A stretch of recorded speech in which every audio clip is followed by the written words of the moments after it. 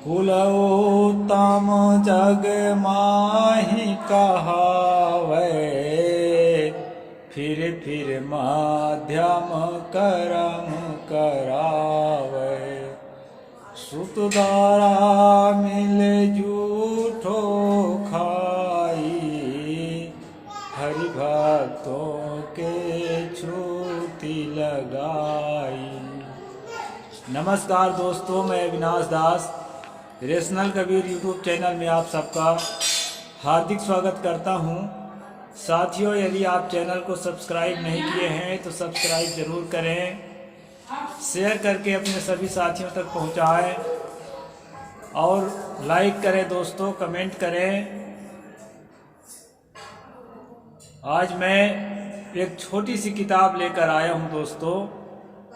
अभी मैं सफ़र में हूँ, यात्रा में हूँ, भैंसकुंडी आश्रम में हूँ, इसलिए मैं जो रोज़ आपको सुनाता हूँ कबीर और रामानंद और मनुस्मृति, उस पर नहीं सुना पाऊँगा दोस्तों। पुस्तक मैं साथ में लेके नहीं चला हूँ।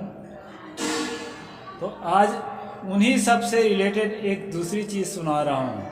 ये छोटी सी किताब है, अभी मुझे मिली है, यहीं पर मैंने ख़रीदा है। तो साथियों, मैंने चौपाई बोली है, चौपाई का अर्थ कर देता हूँ, फिर मैं आगे की बात बताऊंगा आपको। सतगुरु कबीर साहब ने कहा, कुल उत्तम जग माहि कहावै, फिर मध्यम कर्म करावे। अपने आप को जो लोग उत्तम कुल के मानते हैं, संसार में सबसे श्रेष्ठ मानते हैं, लेकिन जो है काम जो है उनका मध्यम होता है। मध्यम मतलब जो है जितना अपने आप को श्रेष्ठ कहते हैं उससे नीचे उतर कर काम करते हैं। अपने चरित्र में अपने उत्तम होने का प्रमाण नहीं दे पाते। सुत दारा मिल जूठो खाई, बेटा और पत्नी के साथ मिलकर के जूठा खाने लगे और हरि भक्तों की छूती लगाई। उस जमाने में दोस्तों, कबीर साहिब के ज़माने में जो विष्णु भगत होते थे, हरि भगत होते थे, उसमें छोटी जाति के लोग भी होते थे। इसलिए विष्णु भक्तों पर जो अन्य परंपरा के हिंदू भगत थे, वो विष्णु भक्तों को थोड़ा घृणा कर देखते थे, क्योंकि उसमें शूद्रों को भी भर्ती कर लिया जाता था। हालांकि उनको छुआया नहीं जाता था, उनका छुआ खाता पीते कोई नहीं थे, लेकिन जो है उनको अपने में शामिल कर लिया जाता था। प्रपत्ति का अधिकार दिया गया था। प्रपत्ति का मतलब होता है शरणागत, शरण लेने का, विनयावनत होकर के, विनम्र होकर के सेवा करने का और आसपास रहने का अधिकार शूद्रों को दे दिया गया था। तो दोस्तों, उनको छूत इसलिए मानते थे विष्णु भक्तों को कि उसमें शूद्र भी शामिल हो सकते थे। यहाँ पर सतगुरु ने कहा, हरि भक्तों के छूती लगाई।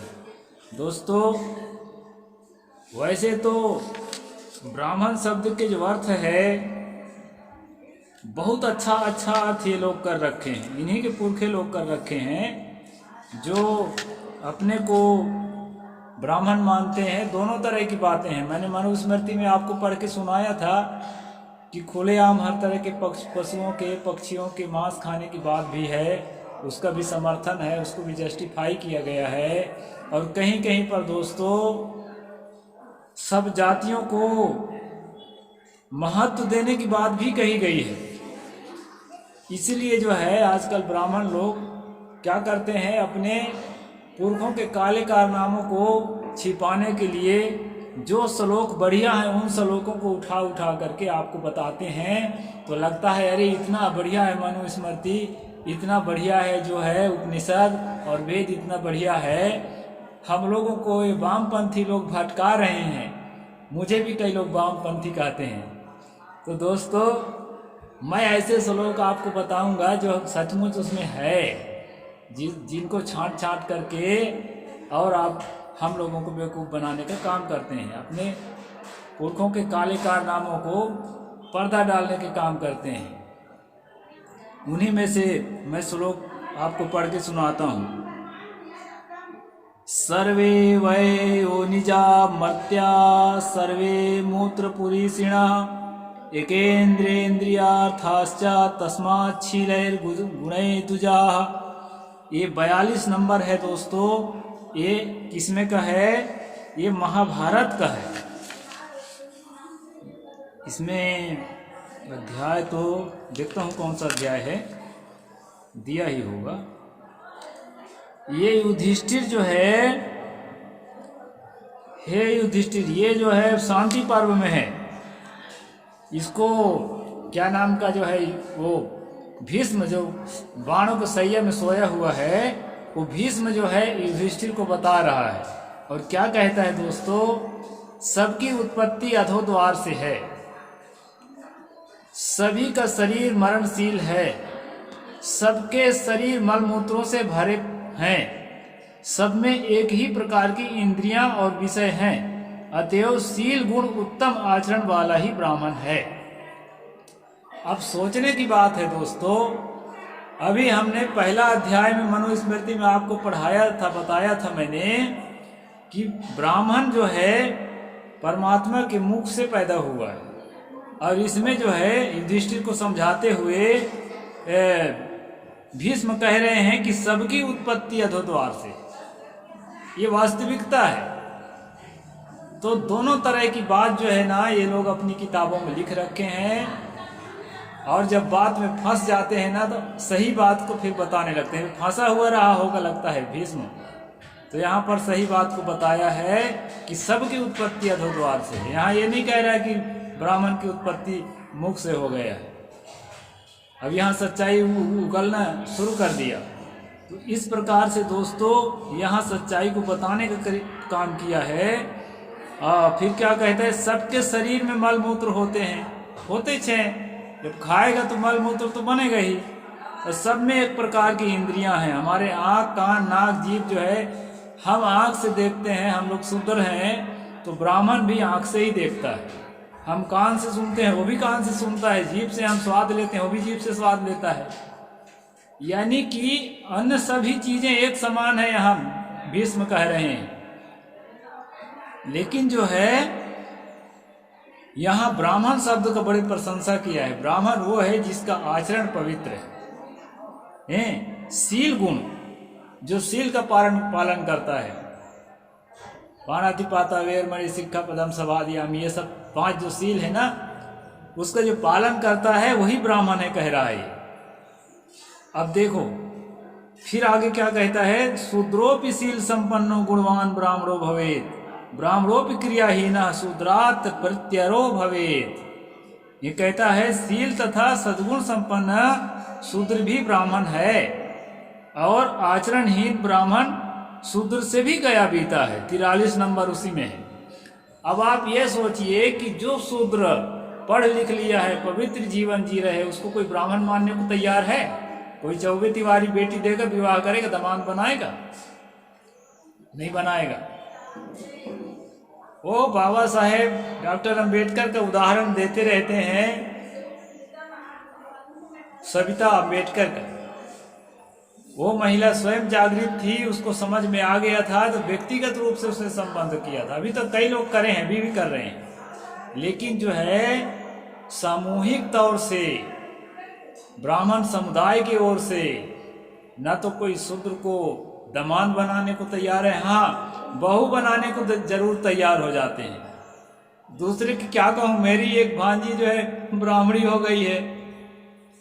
तो कहने का मेरा मतलब ये है कि यहाँ लिखते कुछ और है और उनका जीवन कुछ और होता है। कितनों भी पवित्र रहेंगे, आपको नीच ही मानेंगे।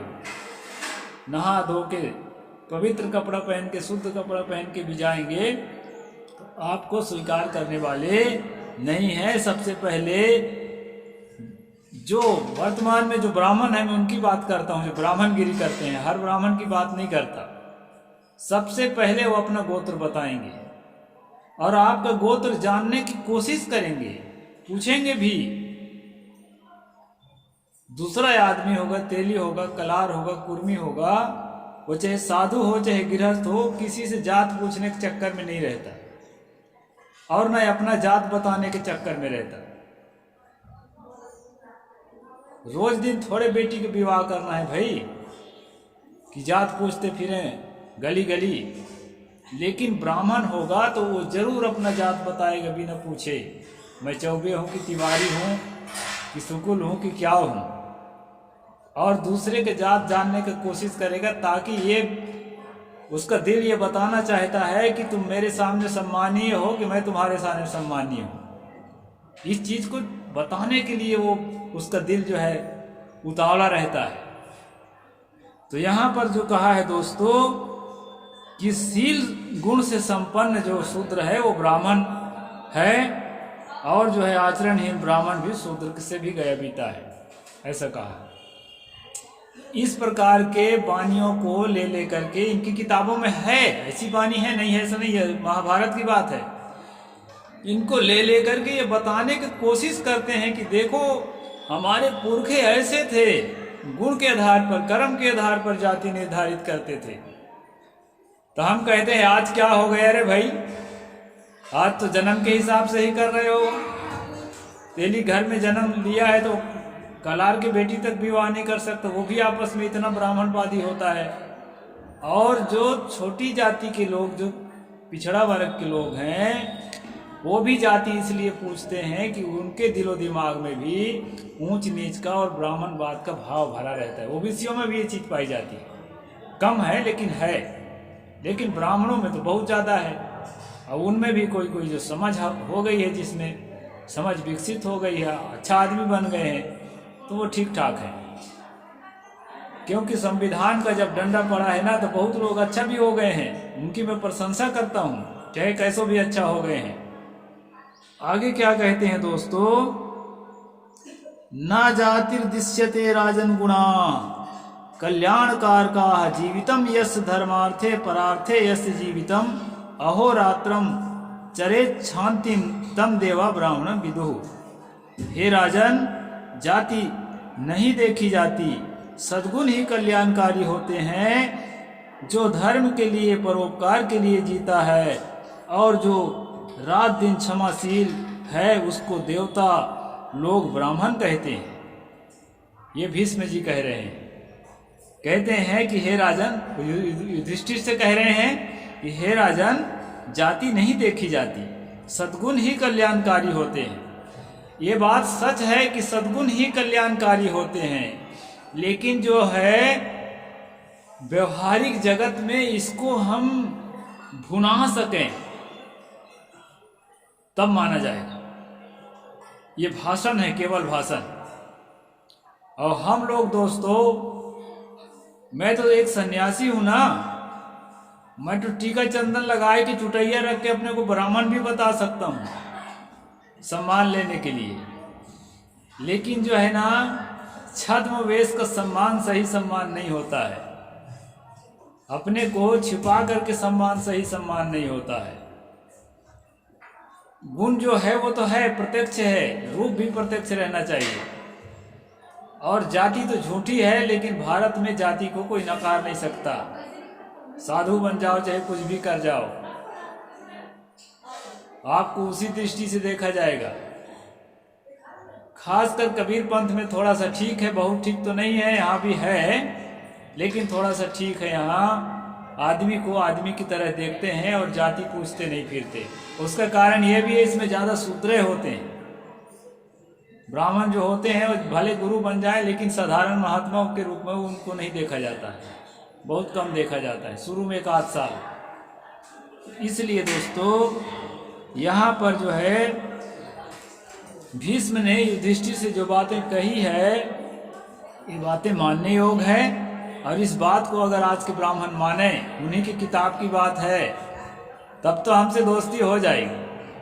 जो लोग कहते हैं कि अविनाश दास खंडन करता है, किसी परंपरा के विपरीत बात करता है, ये मैं किसी परंपरा के विपरीत बात नहीं करता हूँ। चाहे तो ये शांति पर्व के सब श्लोक हैं, महाभारत में मिलान कर सकते हैं। लेखक ने बड़े जो है मनोयोग से लिखा है, तो उसको हम जा कर के मिलान करके देख सकते हैं। अभी किताब में बहुत सारी बातें हैं, उनको मैं बाद में बताऊंगा।